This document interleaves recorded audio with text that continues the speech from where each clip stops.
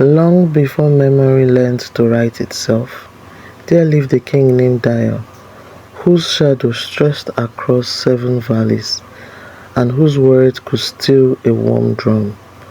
His name alone bent knees, his wealth filled the earth, his armies darkened the horizon. His wisdom settled disputes before blood was spilled. Yet, inside the king lived a fear no army could fight. He had no son. 7 wives shared his palace.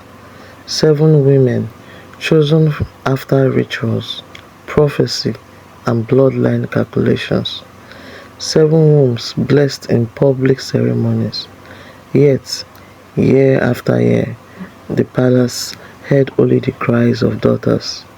Beautiful daughters, strong daughters, daughters who could rule, but the ancestors did not recognize them, and the throne remained restless.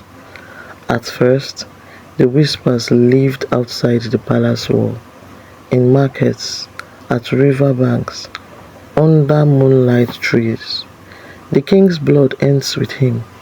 The ancestors have turned their backs. A throne without a son invites war. Soon, the whispers crept inside. Servants lowered their voices. Elders avoided the king's gaze. Drums sounded duller at festivals. The king felt it, the slow unwavering of certainties. At night, he dreamed of a throne cracking beneath him, swallowed by roots and darkness. Each wife carried her own curse. The first wife, crowned queen, bore pride like armor. Her daughters stood tall, but her heart hardened. She believed the throne owed her a son. The second wife feared losing relevance. She burned herbs in secret and prayed to jealous spirits. The third wife fasted until her body weakened, begging the heavens to notice her sacrifice. The fourth wife sought forbidden knowledge, charms buried at crossroads, whispered spells that stained her hands. The fifth wife laughed loudly, mocking destiny, but screamed in pillows at night. The sixth wife withdrew, her eyes hollow, convinced her womb was cursed before she was born. And then there was the seventh wife.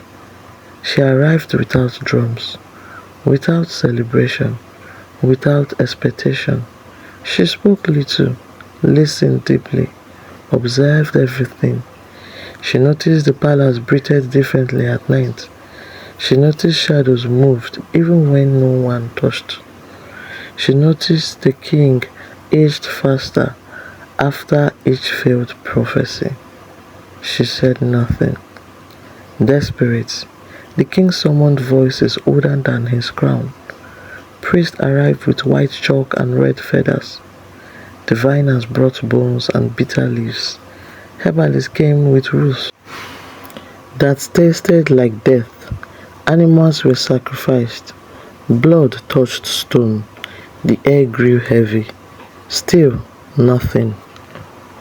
Then one night, during a storm that split the sky open, an old blind man appeared at the palace gate. No guard saw him arrived. No drum announced him. He asked for water. When given, he asked for the king. The king felt the request before hearing it. The blind man stood before the throne, his empty eyes fixed on something unseen. "You seek a son," he said slowly, "but the throne rejects arrogance." The hall went silent. "You planted seeds in womb chosen by ambition, not destiny," the man continued. "The child you seek fears your palace." The spirits closed the gates of birth. The king stood. "What must I do?" he asked. The blind man smiled, not kindly. "Break what you built. Silence pride. Let truth choose the mother." Before dawn, the man was gone. His footprints ended in the middle of the courtyard. Suspicion became poison. The wives accused one another. Servants took sides. The king grew cruel. One wife was exposed for dark rituals. She fled before sunrise. Another collapsed after consuming forbidden herbs. Two were sent away in disgrace. The palace cracked. Only the seventh wife remained untouched. She did not protest. She did not explain. She simply endured. Years passed. The king's beard turned grey. The throne groaned under his weight.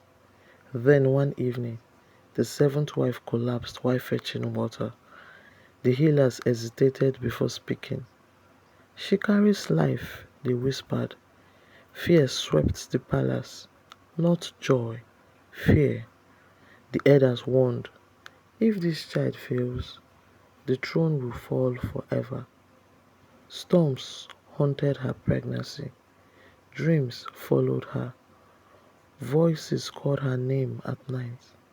When she gave birth, the earth trembled. The child did not cry much. He opened his eyes, and the ancestors listened. The blind man returned.